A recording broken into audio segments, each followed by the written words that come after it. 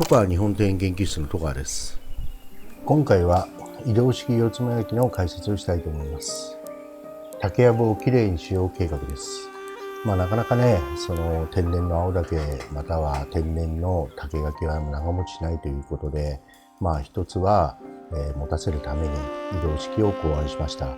またお茶にはですね、路地の注文など交換の際にどうしても下草や苔、化粧砂利などが荒れますので、そういったことを回避するために、この隔年を考案してみました。設置の仕方についてはまだ確立しておりませんので、ペグを打つなり他にいい方法がありましたら教えていただきたいなと思っています。それでは解説に移ります。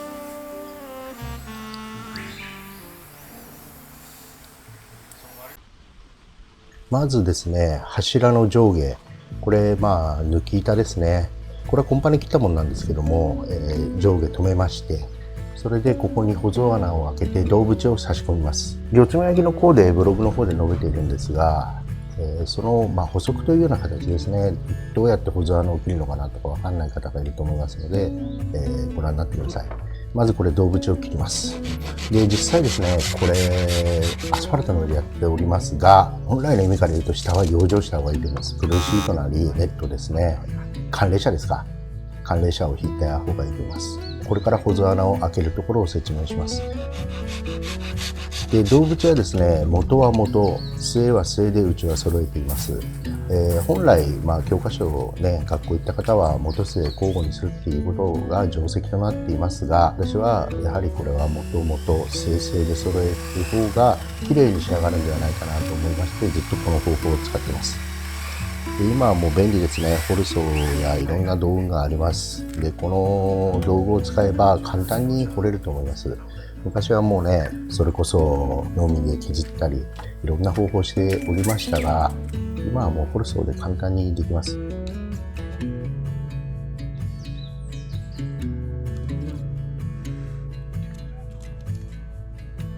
で、これノギスで測りまして、片方を深く掘りまして反対側に差し込むという方法です。で、実際に四つも焼きを作る時にも、元から始めまして、それで全て元を柱に差し込み、そしてつなぎはもう印籠継ぎですね。中に細い竹を入れて水性でつなぎ、またその先は元々で柱の前でつなぐという方法をとっております。今回穴が狭かったので丸のみで削っています。わかりますかね。で、実際これ今回はすごく手間暇かけてるんですが、これはもうガレージ、先ほどもね話したようにガレージや倉庫などにしまっておけばかなり長持ちすると思います。ですので今回はもうちょっと手間暇をかけていますね。で、ほぞ穴についてはですね、最初の頃こんなに手間がかかるのかと思いましたが、やはりね、だんだんやってるうちに慣れてきます。慣れればスピードが上がります。また柱を持たせることによって交換が容易になりますので、ぜひね、試していただきたいなというふうに思います。ほぞ穴についてですが、ほぞ穴は末口の方を深く掘ります。今回3センチ掘りました。そして元口の方は1センチから1センチ5ミリです。末口の方に深く差し込みまして、そして元口の方に戻し、釘またはビスで留めるという、そういう工法をとっています。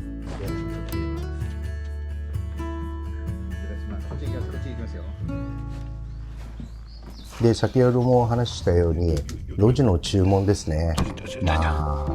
私も随分路地の管理を長いことやっておりましたが、特に雨降りなどですね、どうしても下の苔、それから下草、化粧砂利、これが荒れるんですね。そうすると、もう本末転倒ですよね。もう交換しない方が良かったんじゃないかなということが多々ありましたので、なんとか雨が降っている時に、自宅ないし倉庫で作ったものを、設置できればと思っています。あと竹林整備ですね。花入れを作ったり、花器ですね。それから極端な話、爪楊枝作っても竹やぶはきれいにならないと思います。で、やはり一番きれいになるのはこの竹垣を作るのが一番いいと思うんですね。皆さんにもね、ぜひね、竹焼きに挑戦していただきたいなと思います。で、これは前回同様、竹は中性洗剤で洗っています。やっぱりいいですね。このホルソー。本当に便利です、今は。で、また安いですしね。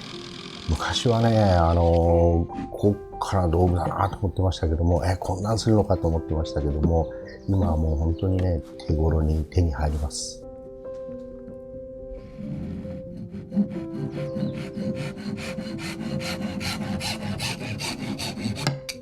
で、こちら分かりますかね。片側に深く差し込みまして、反対側もこれ差し込むところです。でやはりね、節のところにするとね、節のところで竹って広がってるので、結構綺麗にいくかなというふうに思います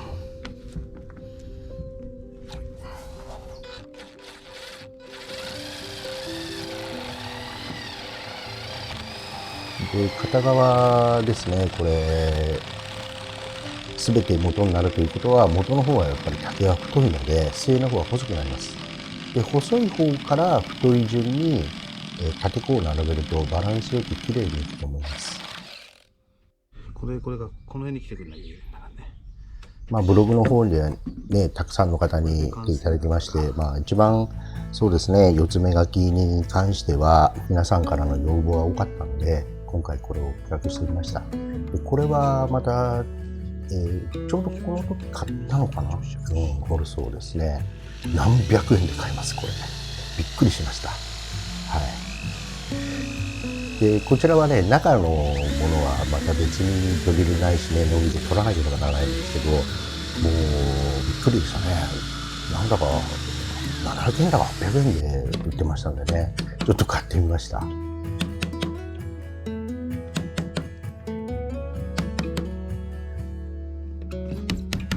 これはそうですね、丸のみで取っているところです。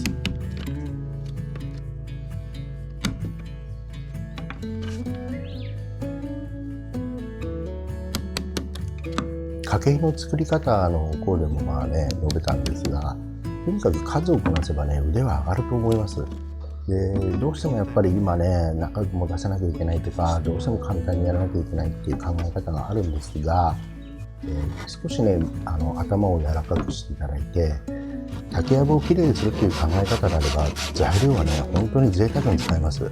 これ買ったものではないので、竹やぶをきれいにしているついでに垣根を作っているという方法ですから、まあね、ぜひね、皆さんにも試していただきたいなというふうに思いますね。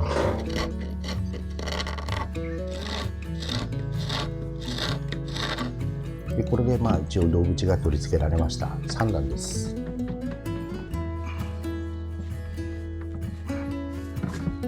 でこの後ですね、下側からこれビス打ちします。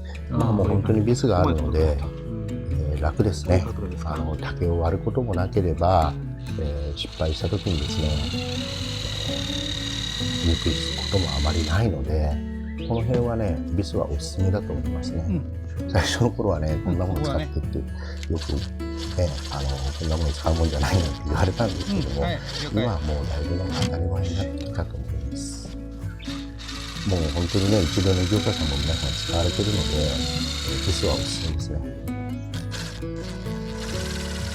で、穴開け分かりますかね。まっすぐ開けて斜めにする。これはもう本当に昔からです。もう50年、100年前からこの方法でしたね。でこちらはね、釘です。一種のパフォーマンスですね。自分が若い時には、どうやってやったらこの釘がきちっと止められるかなということで、いろいろ試行錯誤しておりました。これ、釘締めですね。この釘、バールですね。釘抜きの先についてるものもありましてね、これ随分探して買ったんですよ。で、それでもうまくいかない時のために、小さな弦のですね、その後ろを叩くと。これだとほとんど失敗することがないので、一つの、パフォーマンスです。はい。で、これから縦子を切ります。で、これ先ほども申し上げたように、やっぱりね、下にはきちっとブルーシートなり何なりを引いて、傷にならないようにした方がいいと思います。これ私自分でやってるんで、いかんなと。まあ、昔の師匠先輩方には多分どやしつけられると思いますが、ちょっと今回は勘弁していただきたいと思ってます。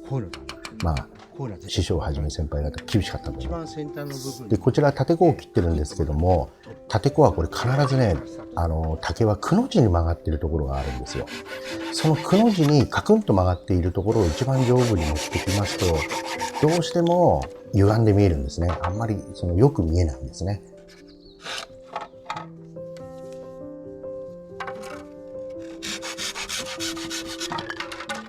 ですので、これ分かりますかね、カクンと曲がる。ですのでカクンと曲がっているところからスタートした方がいいと思います。この上から切り始めるとどうしてもね縦子が歪んで見えるんですよ。ですのでこれは下から切る上から切る、まあいろんな考え方がありましてどっちでもいいですが、カクンと曲がっているところの下から切ると割と垣根は綺麗にできます。で割とそうですね、これ竹をまっすぐ切るって大変なんです。私も随分訓練されましたので、まあ、なるべくまっすぐ切るということですね。上の節ギリギリぐらいで切ると水がたまらなくなります。でこちら縦子を並べております。太い順に並べまして、吸い口の方ですね、動物の吸い口が細くなってますので、細い方に太いもの、そして元の動物の太い方に細い縦子を持ってくるようなデザインです。で元にこれテープ巻いてます。テープを巻くとこれはバリが出ないんですね、竹を切った時に。で実際四つ目焼きを作る時には打ち込みますからこんなことしないんですが、この場合は下がねどうしても見えてしまうので、それで今回これテープ巻いてます。でテープを巻くのはねいろんな利点ありますね。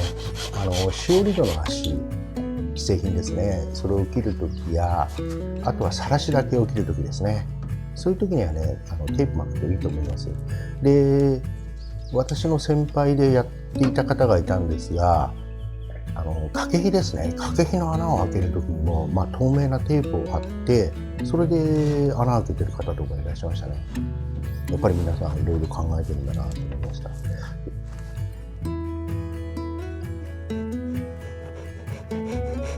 であまり切るのが慣れていないという方でもテープを巻けばねほとんど綺麗に切れます。これは竹の歪みを見せているところです。どうしても横だけ歪むんで、こちらは移動式なので、真ん中1箇所ですね、別で見せます。まあ何箇所止めてもいいんですけどもね、今回は真ん中1箇所を止めました。結束の時に直しながらっていうことを分かっていただきたいなと思ったのでこの方法です。で片側すべて止めまして、そして裏側ですね。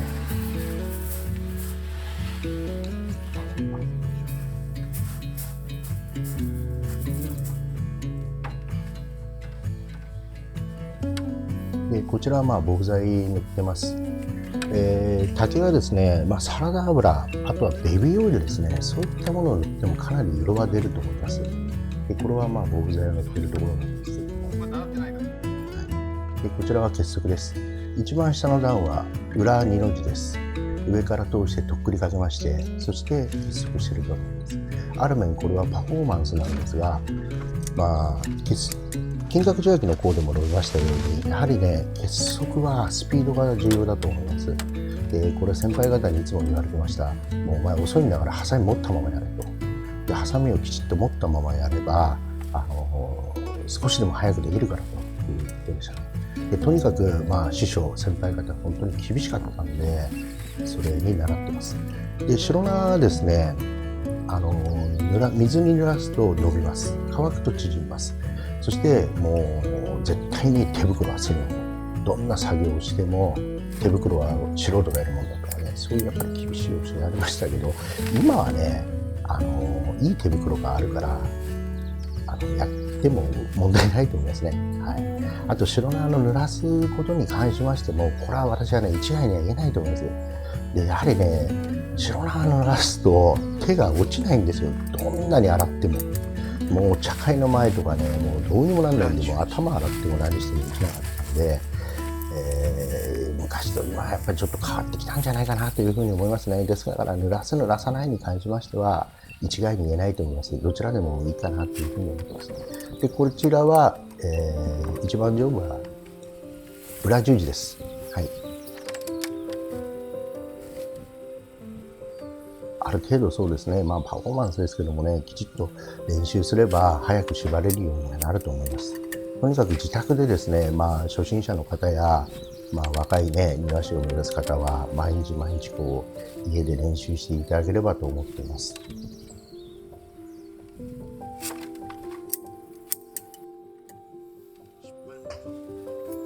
これ別に早送りしてるわけではないんですよ。普通に縛ってこういう感じです。で、結束の動画ご覧になった方はわかると思います。まあ中に入れるとか、それもちょっと今、これスローでお見せします。で、この結束ですね、中側に入れると、割とよく締まるんですよ。で、これ私がね、17の時にですね、勤めていた植木屋さんで、その方はまあプロではなかったんですけども、竹にですね、竹に荒縄を縛ったんですね。その時にどうやっても締まらなくてズルズルになってしまったので、いや、これはね、徳川君、実はね、この輪っかの縄をこの反対側、内側に入れると締まるんだよということで、教えていただきまして、もう10代の頃からやってましたので、普通に縛ってもいつでもこう内側に返せるようになりましたね。こちらも多分練習すれば、常にこういう習慣をつけとけば、きちっと縛れるようになると思います。まあ、実際にこれはうちでやってる方法ですから、絶対これがいいっていうわけではありません。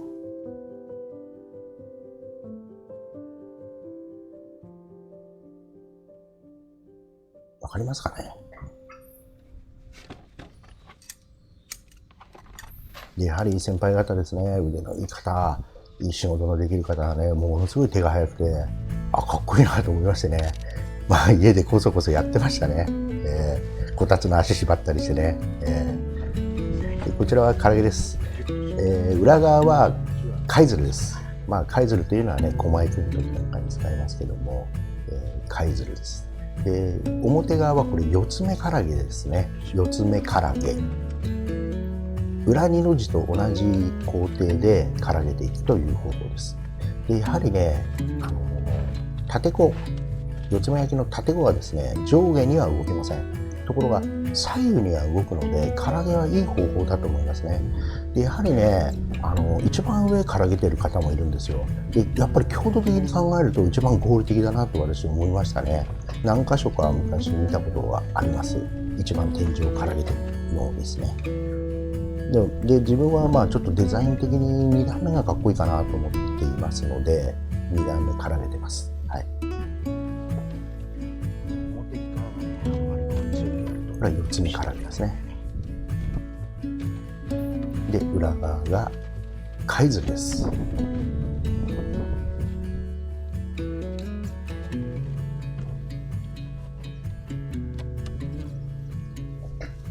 こうすることによって左右にはぶれなくなります。で最後ですね、これ釘頭飛ばしましてペンチでですね、で折り曲げたものを打って留めてます。こちらはペーパー掛けです。どうしてもね、墨で汚れるので、それでこれもたもたしてると染み込むんで落ちなくなるんですよ。なので、ね、気をつけていただいて、で特にね、お茶室周りは気をつけた方がいいと思います。お茶室周りなどでやる場合には濡らさない方がいいんではないかなというふうに思います。必ず飛びますんでね、水が。である程度乾かせば大丈夫だっていう考え方もありますが、それでもね、やっぱりね、白木ですね、肉の柱に炭がつきますとこれ落ちませんからね。でこちらはまた小津穴の別の方法で切ってるところです。まあ道具がなくてもできるっていうところですね。でやろうと思えばほとんど何でもできると思います。でこれはね、移動式なので長持ちさせることができますからね、練習用には非常にいいと思うんですね。でやっぱりね、お客様も喜びますし、車止めにもなりますし、何かね、これをどんどん普及させれば竹やぶも綺麗になっていいんではないかなというふうに思っています。でこれはもう確実に柱を持ちます。もう10年どころかね、もう20年30年柱を持つと思いますので、竹だけ交換すればいいということですね。で先ほどちょっとお話ししなかったんですが、これは聞いた話です。学者先生、一般の先生から聞いた話なんですけども、昔はですね、白縄ですね、白縄を変える、お正月前に変える、お茶会前に白縄だけ変えるってのがありました。ですのでね、やはりね、結束のスピードを上げる利点はあると思いますよね。もたもたしてるとね、なかなかちょっと変えてこいっていうわけいかないと思うんでね。まあこの企画がですね、まあ一般の方だけではなく、業者さんですね、次の世代の方々の参考になれば幸いです。とにかく挑戦していただきたいと思います。それではご視聴ありがとうございました。